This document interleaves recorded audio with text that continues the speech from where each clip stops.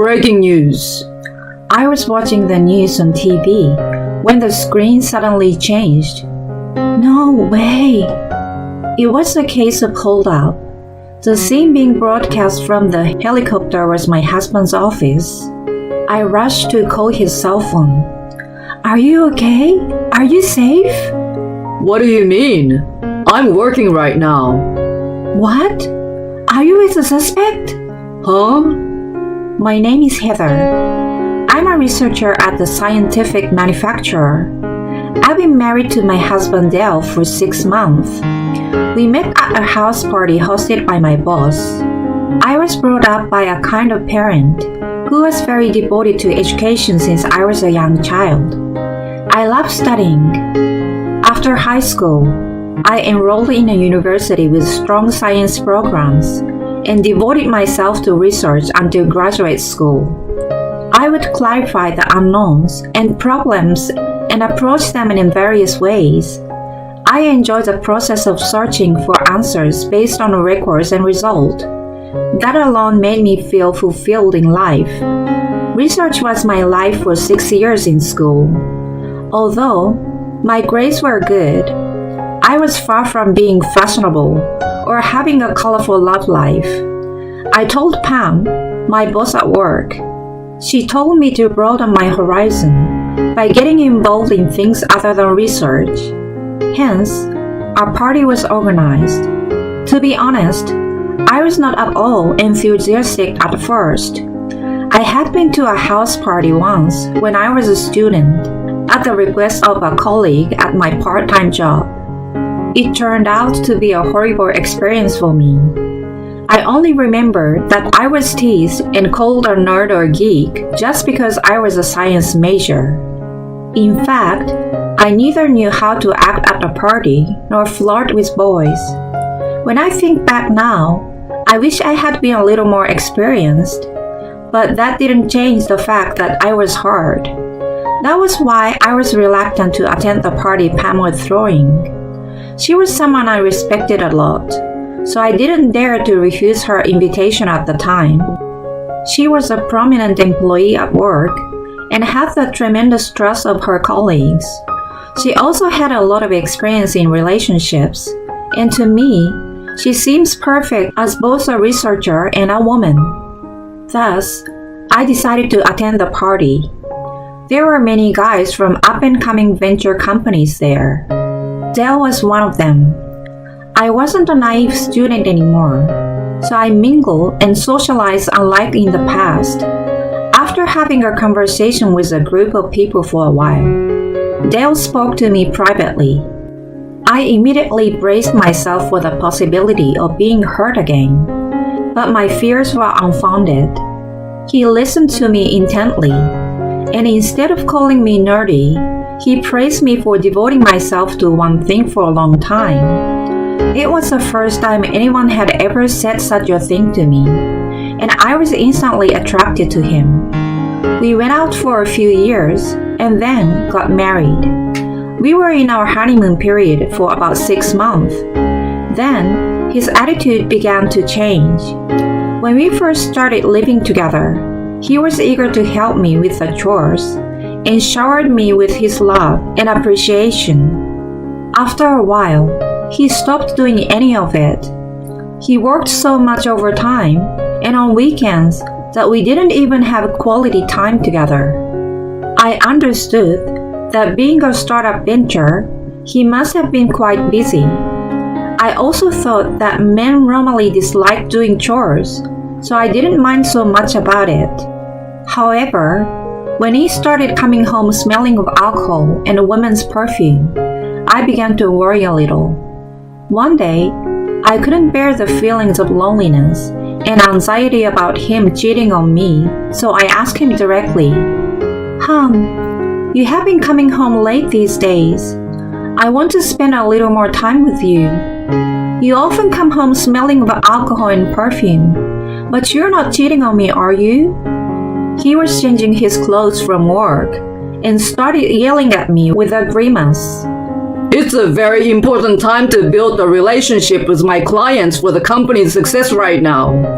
I've been taken to places I don't even want to go and forced to drink. This is a part of my job, but you accuse me of cheating while I'm working so hard. Have you lost your compassion after studying too much? You're an unfit wife. Shame on you. I didn't expect him to be so upset. I assumed he must have been under a lot of pressure, and my lack of consideration had made him angry. I regretted it and apologized repeatedly, but he became even colder than before. A while later, I was off work that day. Dale left for work early in the morning. I was folding the laundry while watching the news on TV when the anchorman reported breaking news. I stopped my hands and turned to the TV to see what was going on. I was stunned. A man had forced himself into Dell's office and was holding an employee hostage.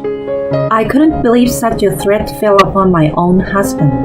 The camera caught a glimpse of the suspect yelling something at his hostages. Worried about Dale's safety, I immediately called his cell phone. The ringing continued several times. Then I heard his voice. "Honey, where are you? Are you okay?" There was a short pause. What do you mean? I'm working at the office. It couldn't have been possible. Right at the time, his company was being televised for a hold-up case. I wondered if he was being told what to say by the suspect. I fearfully asked him, "Is the suspect next to you right now?" I heard him let out, "Huh?" like an idiot. It was only for a moment, and he immediately gathered himself. Oh, no. I'm working from a client's office. I'm okay. I just found out about it on the news. I'm sorry. I have to deal with it, so I gotta go. He hung up the phone. I sensed something strange. Even though he was at his client's office, I wondered if it was possible for him to find out later than I did. If he was in the middle of a meeting, it would have been impossible for him to take my call. If he was on the way back to his office, it was strange to say that he was working there. It was a major case of hold-up with hostages. I decided to ask him about the strange circumstance, although I might have gotten him upset again, and watched how it unraveled on the TV. It was successfully solved without any casualties in the early morning. Just then, Dale came back home. When I was about to ask him what had happened, he suddenly pulled me into his arms. I love you, honey. If you hadn't called me, I would have been so freaked out that I might have gone mad. I'm really glad to have you. I too was almost losing my mind with anxiety as well. Although he was not at the scene, he must have been affected indirectly. He must have felt scared. I also want to apologize about the other day. I know I was a jerk to take it out on you. I said some terrible things, but I really care about you. After saying all that, he went to the kitchen and started to serve the food I had prepared. Take it easy today. I will take care of the housework for you. I wondered how long it had been since he showed any affection. He had never apologized about coming home drunk late, nor had he thanked me for anything I had done those days. It was the only time he helped me with the housework and appreciated me, but it was enough to make me happy. Before I knew it, I had forgotten about the strange feeling I felt when I called him. The next day, while I went about my business as usual at work, Pam came to talk to me. She was wondering if something good had happened to me as I looked happier. It was embarrassing that I had unconsciously shown it on my face. I told her everything that had happened the day before. When I finished, she looked skeptical.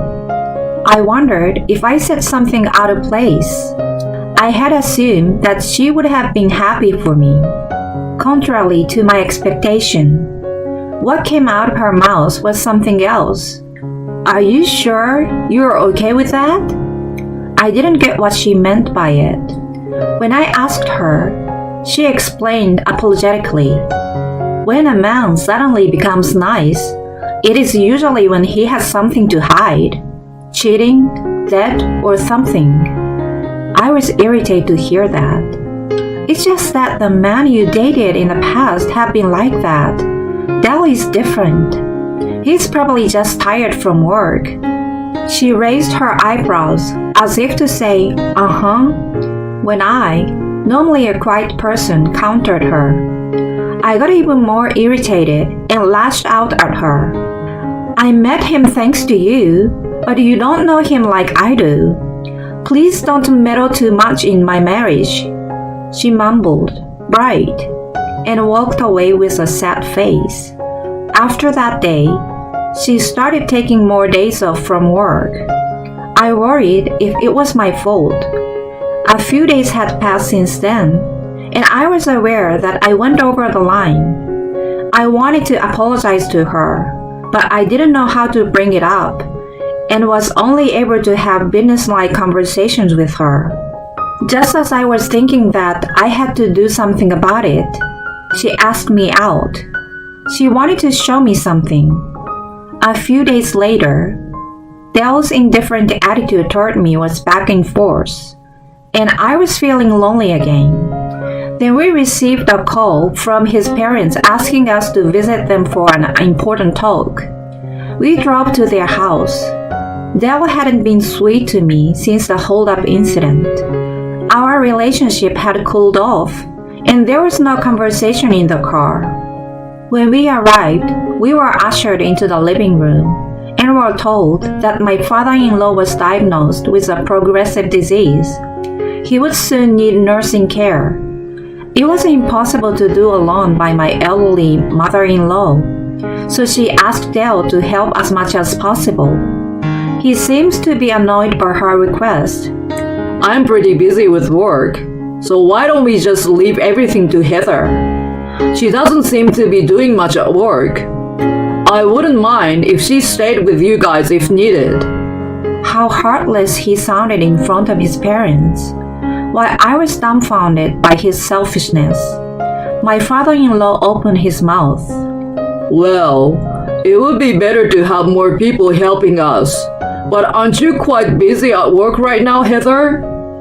I don't know all the details, but I heard that your company has made a breakthrough invention, and the business is growing fast. You know about that, don't you? Dale glared at me. What my father-in-law said was true. It was a medical invention, so I supposed he must have come across it as he researched his own illness. What invention? I haven't heard of it yet. How come he knows about it and I don't? Don't embarrass me in front of my parents. Although the volume of his voice was kept down in front of his parents, his tone was filled with anger. His big pride was hurt. Yet, he did all kinds of things behind my back. Finding the perfect timing, I turned to him and spoke clearly. Why, you didn't know? Because you're never home. You don't care about spending time with me. And you're cheating around. My in-laws were absolutely mortified at the unexpected turn of events. Don't talk nonsense. Not only are you embarrassing me, but you're also making a stupid joke in front of my parents. It would have been much better if it had been just a stupid joke. Can you still justify your wrongdoing? I took out an envelope from my bag and spread its contents on the table. There were pictures of him going into motels with various women and of him making out with them in his car. Those were all taken by a private investigator. Pam was the reason why I decided to hire one. It turned out that she had been absent from work because she was following him by herself. As a result, she discovered him entering a motel with a woman other than me and filmed the moment with her phone. She showed it to me. It would be a lie if I said I didn't think what terrible news she brought upon me at that time. She told me that she was deeply suspicious of him and that she didn't want to see me being deceived by him. If there was nothing suspicious, she would have told me everything and apologized. And at worst, she expected me to condemn her. Since I had seen irrefutable evidence, I could no longer escape from reality. I decided to thoroughly investigate his affair and hired a professional investigator. According to the investigation, he was having multiple partners and even complained about me to them. My wife has no feminine charms. I married her thinking she could at least be a housekeeper, but all she can do is research. She doesn't know how to please a man at all. Compared to her, you are amazing. He badmouthed me.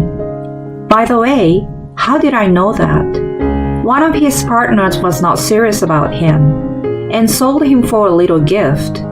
His parents were so shocked that they were in tears as soon as I mentioned the divorce and alimony. Wait, that's not true. He started to make excuses and pleaded with me to forgive him. I just gave in to temptations. You know, I had been drinking, so I wasn't thinking straight when they made a move on me.